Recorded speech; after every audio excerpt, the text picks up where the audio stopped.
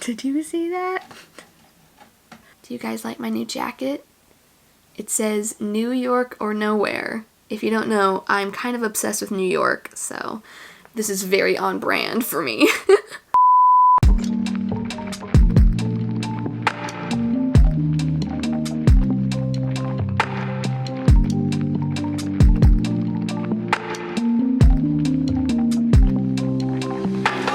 Hey guys, what's going on? So today we are discussing every single movie and every single TV show that I watched in January of 2021. So I'd say compared to November and December, I watched a lot more TV and I watched, I think, more movies than December, maybe the same amount as November, but I watched a decent amount of movies. We're going to go ahead and jump right on into the movies first, since I definitely watched more TV shows than I did movies this time around. The first movie that I watched in January was actually a 2020 release. I watched Promising Young Woman. I went and saw it safely in theaters with my parents, and guys, it was so good. I was not expecting to enjoy Promising Young Woman as much as I did, but it was so good. Carey Mulligan was fantastic. Bo Burnham was fantastic. I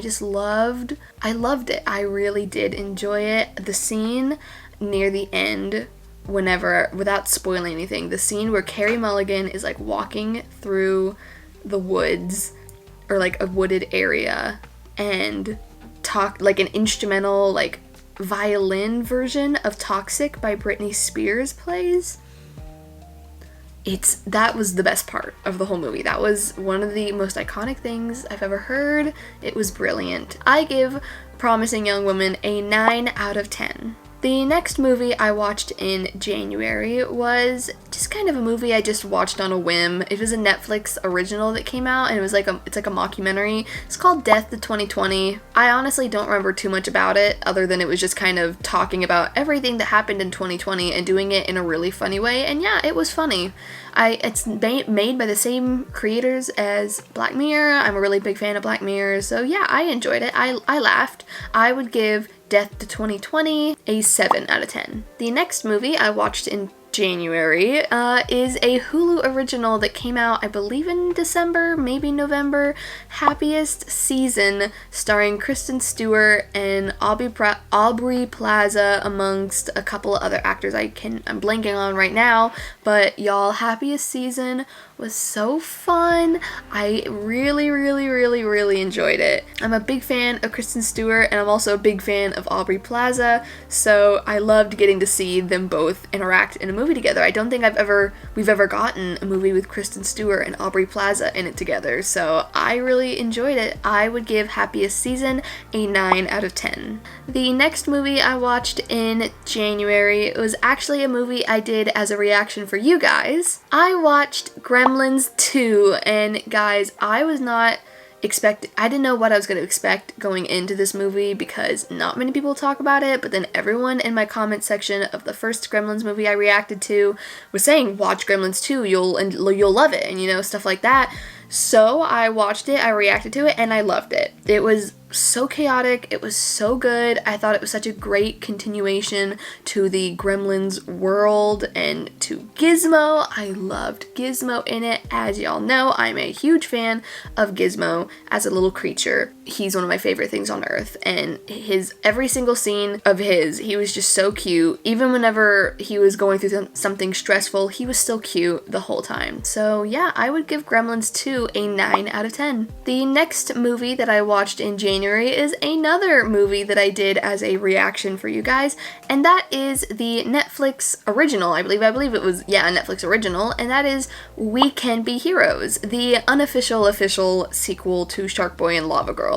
No, it isn't like deemed really the Shark Boy and Lava Girl sequel, but it's a film set in the same world that Shark Boy and Lava Girl exist in, and then they're in the movie, and it's the first time we've seen them in a movie since the original Shark Boy and Lava Girl, so I think it counts as a sequel, even though it's not really centered around them. They're in it, It's the first time we've gotten to see them. It's a sequel, in a way. It's just not one really centered on them like the first one is. We Can Be Heroes was definitely a cute movie. I think it's really cute as a kid's family movie. I think a lot of kids are really enjoying it in families because it did pretty well in January. It did so well that even a next movie, or technically a sequel to this movie, is already in the works. It's been confirmed. It's not in the works yet, but it's been confirmed they're gonna do another movie because of how well this one did. So it was cute. It wasn't really my cup of tea in a lot of ways, but there were definitely aspects of it I enjoyed. I enjoyed pretty much all of the Shark Boy and Lava Girl scenes. Even despite the fact that Taylor Lautner did not play Shark Boy, I still enjoyed it. I thought the girl who plays Lava Girl, she was the one from the original movie and she did great. The girl who played their daughter, Guppy, was adorable as she is in everything I've seen her in. And I thought the superheroes of the kids in the movie were all pretty interesting superpowers. They were really original and stuff like that, I'm really excited to actually see what the sequel will be, if it'll focus kind of still on the main characters we had in We Can Be Heroes, or if it'll take a turn and maybe be a little bit more focused on Shark Boy and Lava Girl and their daughter. We can still have the other kids in it, but maybe let's focus on Guppy. Maybe Guppy can be a little bit older. I don't know. I'm curious to see what they're gonna do. But I would give We Can Be Heroes a 6 out of 10. The next movie that I watched in January was a rewatch, and that was a rewatch of the Disney movie The Emperor's New Groove. So this is actually only my second time watching The Emperor's New Groove. This was not a Disney film that I grew up on necessarily. I think the first time I watched it was maybe 5 or 6 years ago, and I enjoyed it then. I thought it was good. I thought it was funny, but it didn't really stick with me, if that makes sense. It wasn't for example, really quickly, it wasn't like Tarzan. With Tarzan, for example, I watched Tarzan for the first time 5-ish years ago, and I was obsessed. I watched it 4 times in one weekend. I couldn't stop playing the soundtrack. It's one of my favorite Disney movies to this day, and it wasn't one that I necessarily grew up on. It was one that I watched later on when I was 13 or something like that. But Emperor's New Groove didn't really do that for me. I still really enjoyed it, but it wasn't one where I was I want to watch this over and over again. But I did rewatch it, and I still think it's super cute, super enjoyable, really decent, really quality good Disney film. I think I would have more of a sentimental attachment to it and a bigger love for it if I had watched it a lot as a kid, but since I didn't watch it as much, I didn't really watch it when I was a kid at all. It's cute, it's fun. I laugh a lot at it. I would give The Emperor's New Groove an 8 out of 10. The next movie that I watched in January was a Disney Plus original movie that I believe came out in November, maybe December, and that was Godmothered. I thought Godmothered was cute. I think it had a really good message, and I think it does really well as a family movie, as a kid's movie. It reminds me kind of another movie, kind of like Enchanted, the movie starring Amy Adams from 2007 or 2009 or somewhere around there. I think 2007. It's not as iconic as Enchanted was. I don't think anyone could do a movie like Enchanted ever again. That movie is a classic. That movie was ahead of its time. Thank God we're getting a sequel to Enchanted. It was announced in the past couple of months that there will be an Enchanted sequel with the original cast coming back. I have never been more excited for anything in my life. Enchanted is one of my favorite movies, but anyways, that's not what we're talking about. We're talking about Godmothered. I think this could definitely be kind of like an Enchanted classic, maybe for the younger kids. Maybe they'll grow up with this kind of being their fairy tale creature coming into the real world, and that kind of trope of someone who isn't familiar with how Earth works and how human beings work, having to adjust and be around regular, everyday human things. I think it did really well with that trope. Yeah, I would give Godmothered a 6 out of 10. It was cute. It was fun. Nowhere near as iconic as Enchanted, though. There'll never be anything as iconic as Enchanted. The next movie that I watched in January, was another movie that I did as a reaction for you guys, and that is the Hulu original thriller Run, starring Sarah Paulson. I really, really enjoyed Run, guys. Thrillers are one of my favorite genres, and they mainly just because, especially with one like this one where they stress me out, I don't know why, but I always really enjoy watching movies that stress me out because it's like the movie is doing its job. It's wanting me to get stressed out, so it is conveying a really big emotion out of me, and that keeps me invested, and that's what I enjoy in a movie. I sometimes don't always enjoy movies as much where they're like really calm, because even if, yeah, it's really good, sometimes it's like I can lose focus a little bit because there's not anything I'm needing to focus on as much, or I'm like as curious about. I can't really think of any good examples with that. It's just, that's why I usually like the thriller genre, is there's always the better chance that, okay, y'all are gonna get me stressed out, y'all are gonna get me curious about a mystery, something's gonna happen, and you guys are gonna keep me invested the entire time. Most of the time, at least. So yeah, I thought Run was really good. I would give Run a 9 out of 10. I'll leave a little card up here. You guys can see my full reaction right up there. And the last movie that I watched in January was Lady and the Tramp 2, Scamp's Adventure. So this is one of the like direct to DVD sequels of like an iconic Disney movie that I hadn't seen before. Like, you know, I'd seen the Cinderella sequels, I'd seen the Little Mermaid ones, but I hadn't seen the Lady and the Tramp sequel. Now I've seen it, and I thought it was pretty cute. I went in thinking it was gonna be so much more like not good or bad than it actually was. It had some pretty cute songs. Jodie Benson, aka the voice of Ariel in The Little Mermaid, voiced adult lady in this movie, which I thought was so fun. I recognized her voice immediately, and I was like, oh my god, it's Ariel, it's Jodie Benson, icon, oh my god. Yeah, I thought it was cute. I did not think it was bad at all. I would give Lady and the Tramp 2, Scamp's Adventure a 7 out of 10. And that about does it for movies. Let's jump right into TV. I definitely watched more TV in January than I did movies. So I think this is how I did it in my December video, but how I'm going to break this up is I'm going to talk about the shows that I finished. So like I'd already been watching them in a previous month and I finished them this month. Then I'm going to talk about TV shows that I started and finished, or at least TV seasons that I started and finished in January. And then I'll briefly mention some shows that I did just start or I'm continuing and I haven't really made any progress on in terms of finishing the season or anything. And I'm not going to like go into too much detail about those. I'll leave that for the future wrap-ups when I've, finished a season of them and I have more to talk about. So the first show that I finished in January is Selena, the TV show based off of Selena Quintanilla, the Tejano singer from the 90s. I thought it was good. I don't know.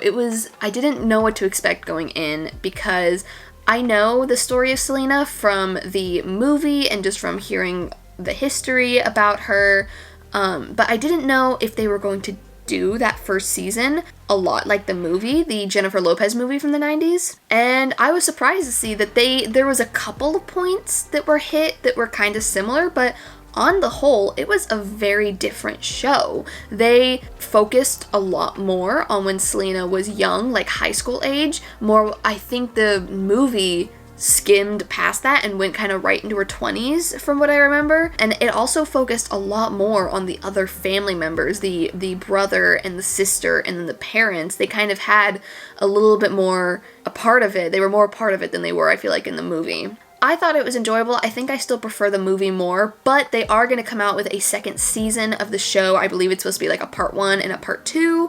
And I think in that part 2, they're gonna have a lot more of like Selena's iconic songs like Como La Flor and Bitty Bitty Bum Bum, which I was excited to see her perform those two songs the whole season, and they didn't because like it was too early on in her career, so we hadn't really gotten to when those songs were written yet. Like we almost got to when Como La Flor was, but then the season ended. So yeah, I'm really excited to see the second season. That second season may bump the rating of the show overall up. As of season 1, I give Selena an A-. The next show that I watched in January is another one that I started in December, but I couldn't really talk about in my December wrap-up because I was keeping it a secret because I hadn't uploaded any reaction videos to it yet, but it is The Queen's Gambit. I watched the majority of The Queen's Gambit in January, and it was fantastic, guys. I made a reaction video for every single episode. I'll leave the first 2 episodes up there, up in the corner up there. I did 2 episodes per video, except for the last video. I just did episode 7, the series finale, all on its own. But yeah, I adored The Queen's Gambit. It was so good. One of the best TV shows or limited series of 2020. Anya Taylor-Joy was fantastic, but you can hear more of my thoughts in the 4 videos I did on the series. But overall, I give The Queen's Gambit an A+. The next show that I finished 2 seasons of in January is the HBO show Girls. I finished seasons 1 and 2 in January, so I'm currently on season 3 as of recording this. And y'all, I really enjoy Girls. I don't know what it is about it, but it is just kind of addicting to watch. Maybe because the episodes are only like 20-ish minutes long, 20 to 25 minutes. It's really easy to just watch a quick episode every day, or a couple of quick episodes. Yeah, I did not realize that Adam Driver was in the show, that Andrew Rannells was in the show, and then there'll be like little guest stars who pop up every now and then where I'm like, hey, I know that person, I know that actor. I also just love, obviously, the New York setting. I think the main 4 girls, they all really work well together. I'm gonna get up the 4 girls' names right now because I've already forgotten all of them. I only remember Lena Dunham's? I don't know how to pronounce her name, but her character is Hannah. Out of the 4 girls, Hannah is probably my least favorite, mainly just because a lot of the things she does and just her personality annoys me, as they talk about a lot in the show. They talk about how narcissistic she is. Like, Lena Dunham primarily created and wrote the show, and she really wrote her character like to totally not be a good person, which I think is interesting. I think it's interesting to not have kind of the main character be like perfect or anything. Like, she definitely has room to grow, and she has some stuff she's got to figure out about herself. But I think out of the 4 girls, my 2 favorites are definitely Jessa and Marnie, played by Jemima Kirk and Allison Williams. They're both my favorites. I think Jessa is just so interesting. She's just like so cool. I don't know. I really like her vibes. She also has some stuff to figure out like Hannah does, but overall I just think her personality can be really fun. And then Marnie, I think she probably is my like number 1 favorite. I'm a really big fan of Allison Williams from Get Out, and she was also in the A Series of Unfortunate Events TV show, so it was really cool seeing. I had no idea. It looks like she kind of got started or like became known in this show, because I'll be honest, I didn't know this show existed, despite it having 6 seasons on HBO between 2012 and 2017. I had no idea it existed until the past couple of months. I was really in the mood to watch some shows set in New York, and I looked up TV shows set in New York that aren't Friends and Mad Men, because I obviously knew about those, and I saw Girls, and I saw kind of what the premise was, and I was like, oh, this sounds interesting, and it's so fun. It's really, I feel like it's about, like, girls becoming like adults and becoming women and learning about that whole process. It's not kind of like it's not like a lot of shows where it's focused on high school girls, and it's not even really focused on college girls. They're all recent, pretty much college graduates. They're all in the college age range, and I don't know, it's really relatable, it's really fun.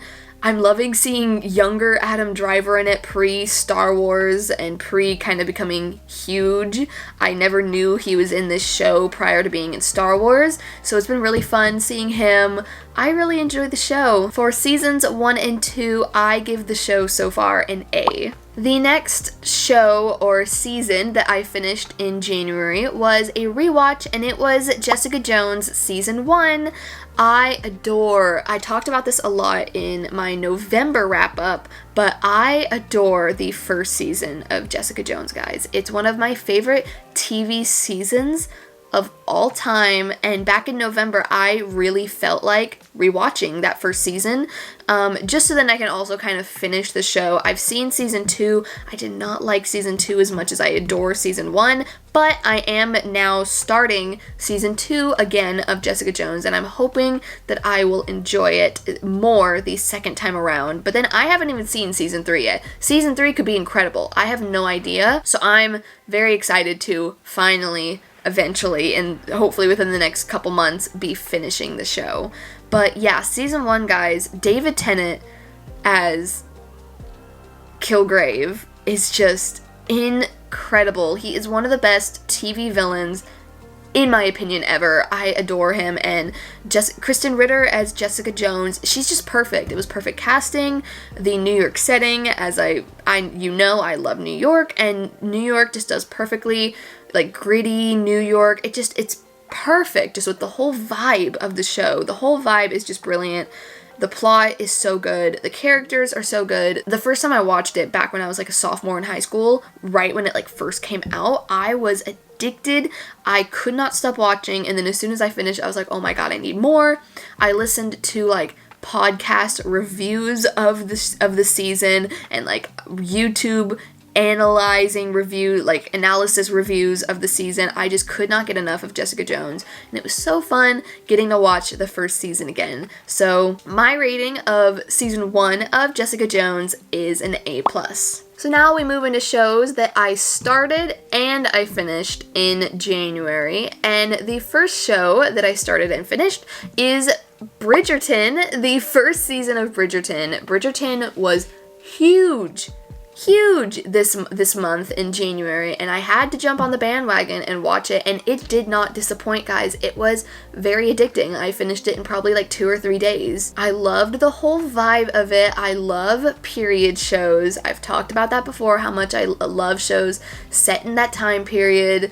I just loved the vibe of it. I loved how they incorporated modern songs, but like orchestrated versions of them, like with violins or stuff, like string covers of songs, like Ariana Grande songs, and there was like some not Adam Driver, One Republic, what's that guy? I don't know, it doesn't matter, but Adam from The Voice, his band, Maroon 5, that's it. There was a Maroon 5 song, I think, in there.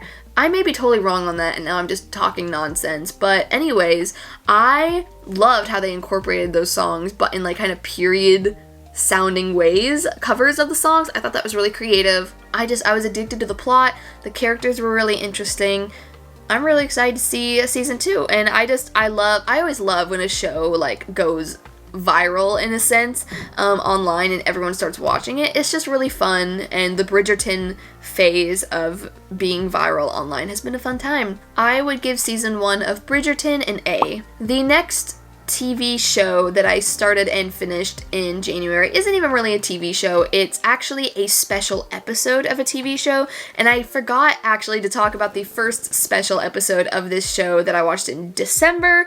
So I'll talk about both of them now, and those are the special episodes, the Rue episode and the Jules episode of Euphoria. Guys, I have never spoken about Euphoria on this channel before, but Euphoria is one of my favorite TV shows of all time. Zendaya is one of my favorite actors of all time. I'm obsessed with Euphoria. The whole time it was on, I watched it every single week. I was a mess when season 1 ended. I was obsessed with it, and I could not believe it had ended. The season finale was brilliant. Everything. I just loved the show so much. It's one of my favorite shows ever, so when I heard that they were doing special episodes to kind of hold us over until season 2 comes out, I was so happy. I was like, thank God, I needed some Euphoria in my life. It had been a year pretty much since season 1 ended. Over a year since season 1 ended. I'll talk about the Rue episode really quickly that I watched in December 1st. It was so good. I was not expecting it to be just all set in one location between Rue and Ollie. It was in the diner. It was so good. The all the topics that they talked about were so deep and very relatable in a lot of ways, and it was just such an interesting episode getting to see into Rules, I just said Jules and Rue's ship name, Rue's mind, and just hearing the conversation. It was so good. So I give the Rue episode an A+, and then the Jules episode, guys, I actually preferred the Jules episode more, maybe because it was a little bit more kind of like the show where there was more locations, but also just, I don't know, the writing was brilliant. Hunter Schafer as Jules, her acting was just incredible. And also the soundtrack of the Jules episode, guys, was incredible. I watched the episode actually twice because I just had to. It was just so brilliant. I loved the Jules episode. It also gets an A+.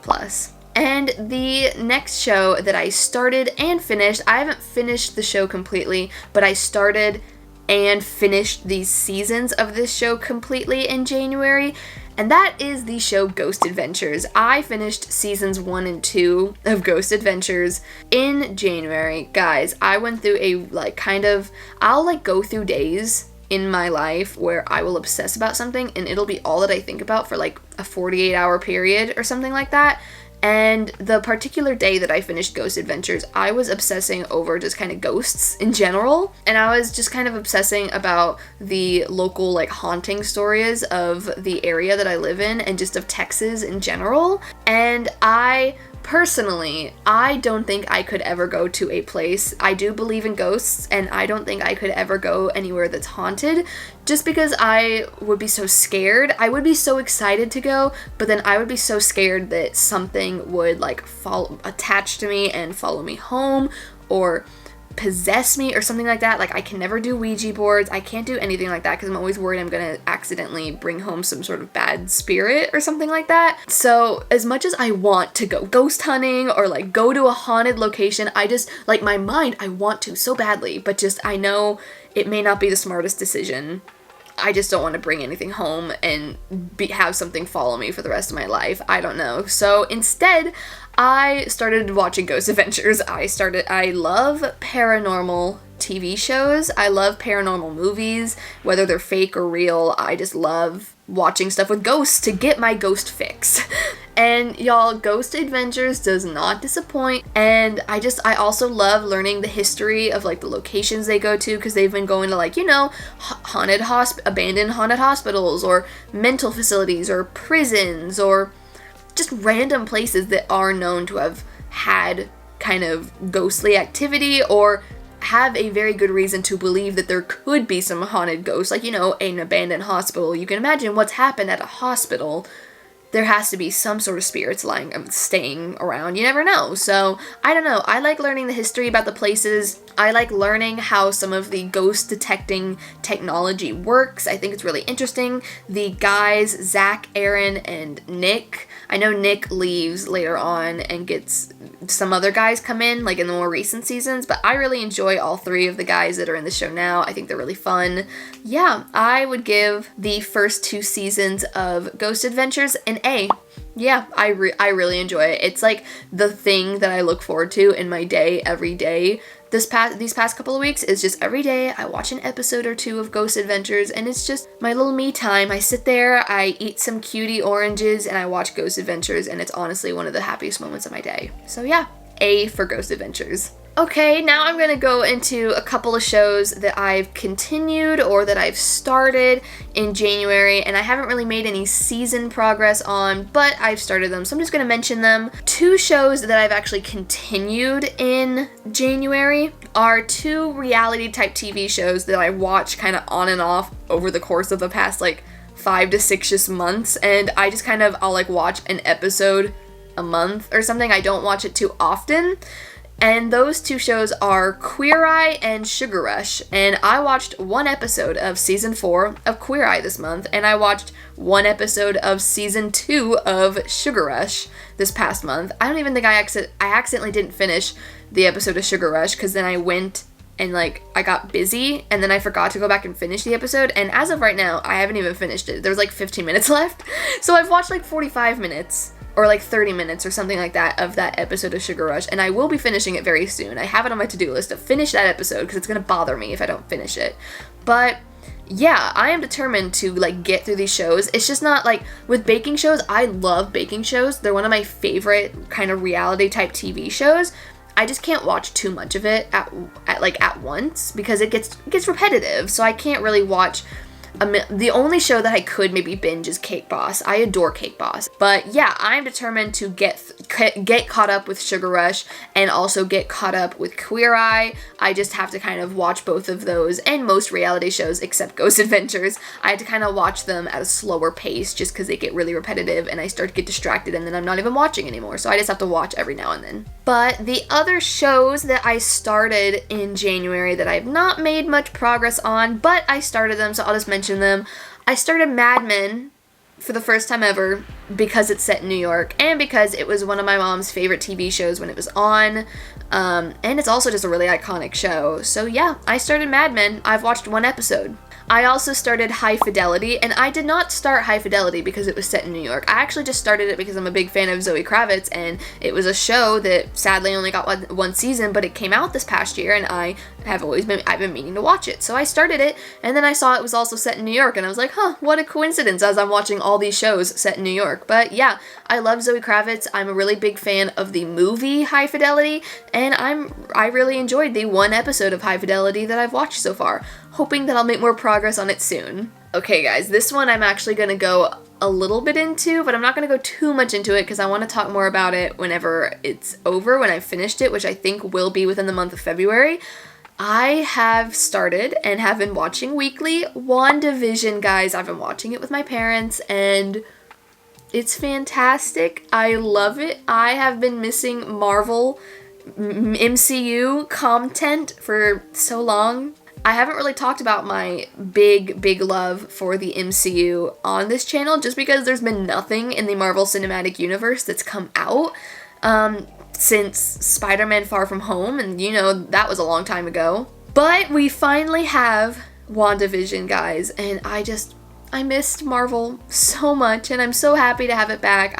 The Marvel movies, the Marvel Cinematic Universe, it's one of my favorite things in the world.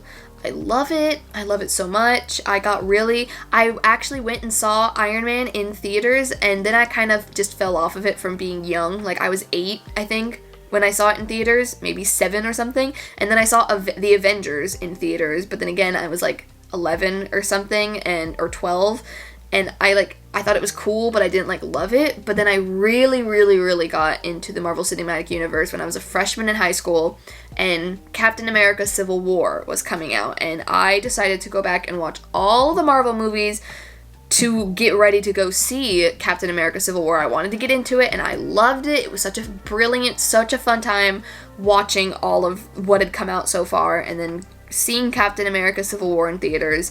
It was just amazing. It's one of my favorite Marvel movies to this day. I loved it. It was the introduction of Tom Holland as Spider-Man. I loved it. But anyways, we're not talking about that. We're talking about Marvel now. I am really enjoying WandaVision so far, guys. As of the time of recording this, the first 4 episodes have come out. Actually, I think as right when I'm filming this, episodes 5 and 6, I think, premiered. And I can't watch it till tomorrow.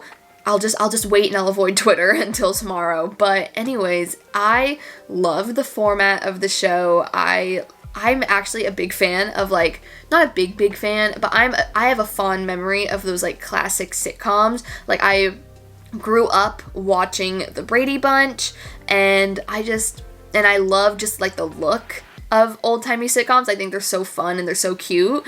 So I'm loving WandaVision so far, guys. I love after I watch each episode, I'll then listen to hours-long reviews of the show, dissecting it, going into how they relate back to the comics, talking about their theories. It makes me think up theories. I have a lot of theories for the show, guys, that I won't go into right now.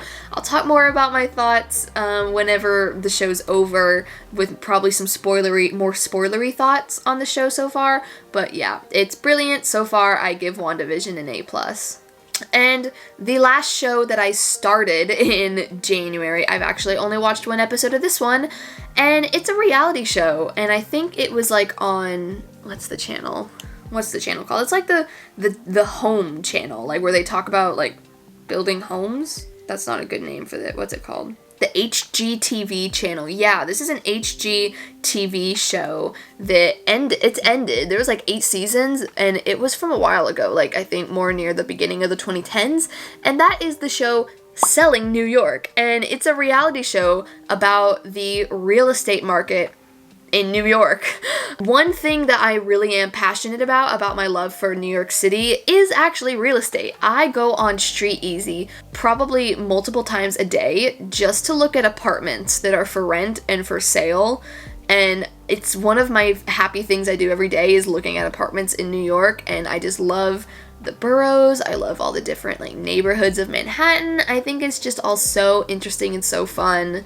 And yeah, so I was psyched to see that there was a TV show about the real estate market and about realtors in New York selling or renting whatever, these like multi-million-dollar apartments and stuff like that. I was like, yes, this is what I needed in my life, is a show like this. So yeah, I've only watched one episode, but that's a show that I also started in January. And that's it for stuff that I started and finished in January. Obviously, there are a couple other shows that I talked about in my October, November, and December wrap-ups that I'm not going to talk about now just because I've sadly not made any progress on them.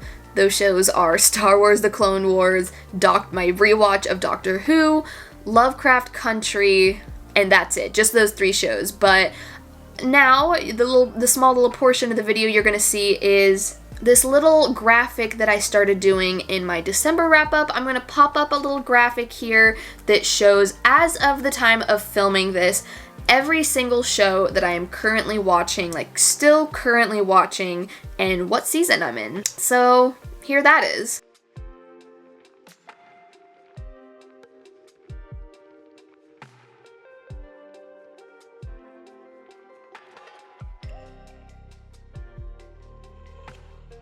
I actually wanted to really quickly, in ending this video, talk about a couple of goals I have for February for watching stuff. As y'all are maybe aware of, the Golden Globe, the 2021 Golden Globe Awards are at the end of February, I believe, like February 24th or 26th or something like that. And then the Academy Awards are in April. Thank God they were pushed back because I am not ready for if they were in February or March or something. It's like I'm not prepared yet. I'm not prepared for awards season to begin. But because the Golden Globes and the SAG Awards are coming up soon. I don't know when the SAG Awards are, but I know the nominations for the SAG Awards came out today. So I'm making it one of my goals for February and for March, pretty much just leading up to the Academy Awards. I'm going to catch up on the movies and TV shows, mainly the movies though, since TV shows take longer, but the movies that have come out that are getting nominations and the actors that are getting nominations. I am a very, very, very big fan of award season. I'm a film buff, I'm a TV buff. I love award season. It's one of my favorite times of year. It's like Christmas, except I'm not getting any presents, I'm just getting my favorite movies or getting awards. So yeah, in previous years, I'm usually more prepared by now because movie theaters are more open and everything's coming to theaters, and I'm usually seeing a lot of the movies in theaters. I am fortunate enough to live by a lot of Alamo Drafthouse theaters, and they are very good about showing a lot of the smaller indie movies. They're not like some other theaters that like only show the blockbusters or only show the big movies come out. Alamo Drafthouse is really good about showing all the movies, all the small movies as well. So I have always been lucky that I've been able to go and see them. And like, for example, last year with the 2020 award season, but based off of the 2019 movies, I saw every single movie that was nominated for Best Picture at the Academy Awards. I'm pretty sure I saw them all in theaters in terms of the ones that were like theatrical releases, and then obviously the ones that like came out on Netflix, like Marriage Story and The Irishman. I saw those on Netflix, yeah. But then the months leading up to the Academy Awards, me and my parents caught up on every single movie that was nominated for something. Not every single one, actually. We didn't get to every one of the international movies, unfortunately, and there may have been a couple of movies, just a couple, in a couple of other smaller categories, and then we didn't get to all of the short films, but we did watch a lot of the short films, and then I'd say we watched like 90% of the movies that were nominated at the Academy Awards and the Golden Globes and the SAG Awards, you know. We didn't get to all the TV shows because it's really hard to get to all the TV shows that are nominated. But movie-wise, we got a lot done last year's award season and the years prior, but definitely my best year and my parents' best year for being aware of and having seen everything that was getting nominated. Last year was our best year. And sadly, because of the pandemic this year, we are totally behind. So I'm making it my goal this month, especially this month, but then going into the month leading up to the Academy Awards, my goal is to watch everything that I can that like I'm able to. So I've already luckily seen Promising Young Woman, and then I'm gonna watch everything that I can find like on a streaming service or on Amazon or something like that. It's just like unfortunate because like some of the movies aren't on streaming services yet, like Minari and Nomadland. They're not on streaming services yet, so I'm just kind of waiting. I'm hoping that maybe by the time the Academy Awards gets closer, they'll maybe put those movies on a streaming service so it's more accessible for viewers of the award shows to watch prior to the award shows debuting or premiering or whatever. But everything that I can find, like the Netflix originals, like Trials of Chicago 7, I believe is the name, and like Mank, I haven't gotten to any of those yet, but I'm gonna like those movies, anything that's like on a streaming service or something I can rent on Amazon or something like that, I'm gonna catch up on in the next couple months, and I think that'll really motivate me to watch some more movies in February, because I have a deadline of the Golden Globes coming up and the Academy Awards coming up, and I want to be aware of what is getting nominated, because every year for the past like 3 or 4 years for the Academy Awards, me and my parents have a little competition where we like vote. I print out some ballots and we vote on our own ballots,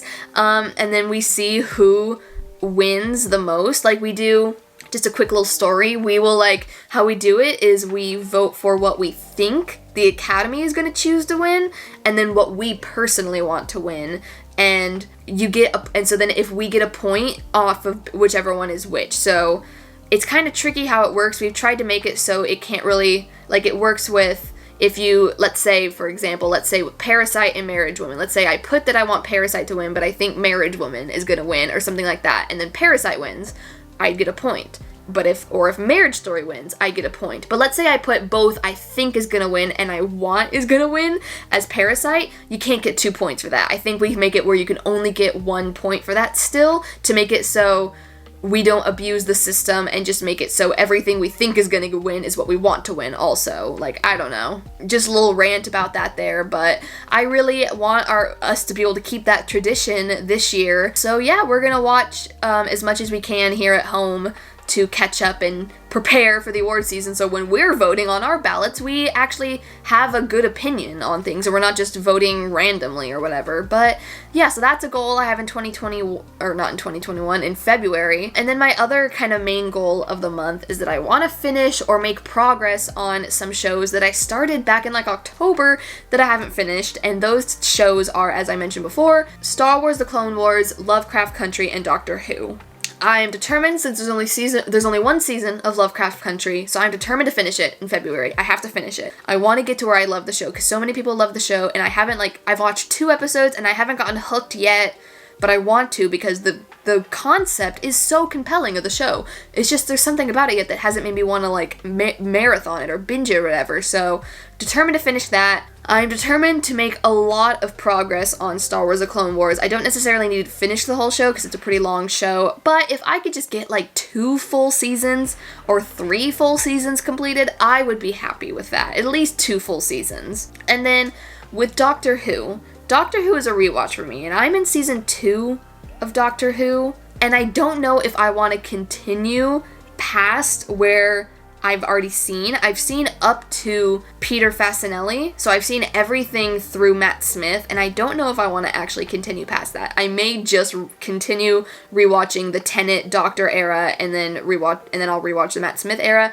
I'm not 100% sure yet, but I would love to finish at least like seasons 2 and 3 of Doctor Who, or at least just season 2. But yeah, that concludes today's video, guys. I hope you guys enjoyed, and if you did, please give the video a thumbs up and subscribe if you haven't already. I recently, in the past month, hit 500 and 600 subscribers, and I'm so grateful. Thank you to everyone new that is subscribed. If you're watching this video, I hope you are. But yeah, so subscribe if you haven't already, and leave a comment below letting me know what your favorite movie of or TV show of January was that you watched. I would love to know and start a discussion down in the comments section. Also, be sure to follow me on my social media. My Instagram is @RachelRimini, my Twitter is @Rachel_Rimini, and my letterboxd, where I talk about movies all the time, is just my name, Rachel Rimini. I hope you guys have a great rest of your day. Bye! Over meadows, inside sprung grass.